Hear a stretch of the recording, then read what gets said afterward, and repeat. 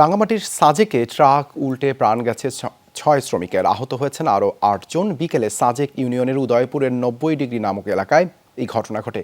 বাঘাইছড়ি উপজেলা নির্বাহী কর্মকর্তা শিরিন আক্তার জানান, সীমান্ত সংযোগ সড়ক নির্মাণ কাজের জন্য সিলন ফ্যামিলি ব্লেন্ডের কড়ালিকার আর সতেজ সাদের পারফেক্ট ব্লেন্ডে স্বপ্নেরা মেলুক টানা। ডাম ট্রাকে করে যাচ্ছিলেন শ্রমিকরা। উদয়পুরের ৯০ ডিগ্রি নামক এলাকায় পৌঁছালে নিয়ন্ত্রণ হারিয়ে ট্রাকটি উল্টে খাদে পড়ে যায়।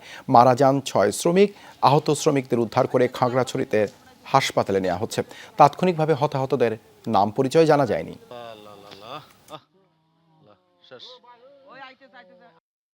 উদয়পুর উদয়পুর আপনার ৯০ ডিগ্রি একটা জায়গা আছে, ওখান থেকে হচ্ছে আপনার ড্রাম ট্রাকটা হচ্ছে নিয়ন্ত্রণ হারায় খাদে পড়ে যায়।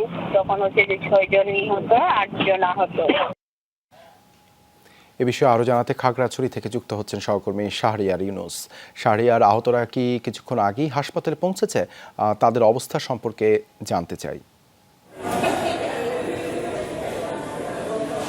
দেবাশিস, সাজেকের উদয়পুরে যে ড্রাম ট্রাক দুর্ঘটনা ঘটেছে সেই ঘটনায় আহত হয়েছে ৬ জনকে করে পৌঁছেছে এবং তাদেরকে জরুরি ভিত্তিতে চিকিৎসা দেওয়া হচ্ছে। এবং সেই চিকিৎসকদের মধ্যে আমরা দেখেছি যে যারা এসছেন আহত, তাদের বেশিরভাগের অবস্থা আসলে খুবই গুরুতর। কারো হাত ভেঙেছে, কারো পা ভেঙেছে, কারো হয়তো মুখমণ্ডল একেবারে ছেদ লেগেছে, এমনটা আমরা দেখতে পেয়েছি। আর ইতিমধ্যেই আমরা দেখতে পাচ্ছি যে বেশ কয়েকজন চিকিৎসক তাদেরকে আসলে শারীরিক নানা পরীক্ষা নিরীক্ষা করছেন এবং যেটি ধারণা করা হচ্ছে যে এখানে যে কয়েকজনকে হয়তো চিকিৎসা দেওয়া সম্ভব তাদেরকে হয়তো খাগড়াছড়ি জেলা সদর হাসপাতালে রাখবেন। আর এই যে একটু গুরুতর যাদেরকে হয়তো তাদেরকে হয়তো চট্টগ্রাম বা অন্যত্র উন্নত চিকিৎসার জন্য পাঠানো হবে, সে বিষয়টা আমরা এখানে দেখতে পাচ্ছি। আপনাকে আমি একটু দেখানোর চেষ্টা করছি যে হাসপাতাল ইতিমধ্যেই পুলিশ সহ অন্যান্য যে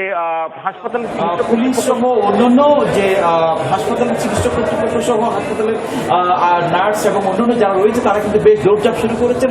অর্থাৎ আহতদের চিকিৎসাটুকু নিশ্চিত করার জন্য আসলে তারা চেষ্টা করছেন। তার আগে বলে রাখি যে সাজেক থেকে উদয়পুরে যে স্থানটিতে দুর্ঘটনা ঘটেছে, সাজেক থেকে একদম বাংলাদেশ শেষ সীমানায় এই দুর্ঘটনা ঘটেছে। অর্থাৎ ঘটনার পরপরই সেনাবাহিনী এবং আইন শৃঙ্খলা পুলিশ সহ গিয়ে তাদের উদ্ধার করে খাগড়াছড়ি সদর হাসপাতালে প্রেরণ করেছে। অর্থাৎ ঘটনাস্থল থেকে এখানে আসতেই তাদের প্রায় ৩ ঘন্টার অধিক সময় লেগে গেছে আহতদের আনতে। আর অপরদিকে যারা নিহত হয়েছে তাদের মরদেহ ওখানকার সেনাবাহিনীর ২০ ইসিবির আওতায় রয়েছে বলে সেটা আমরা জানতে পেরেছি। ধন্যবাদ শাহরিয়ার যুক্ত হবার জন্য।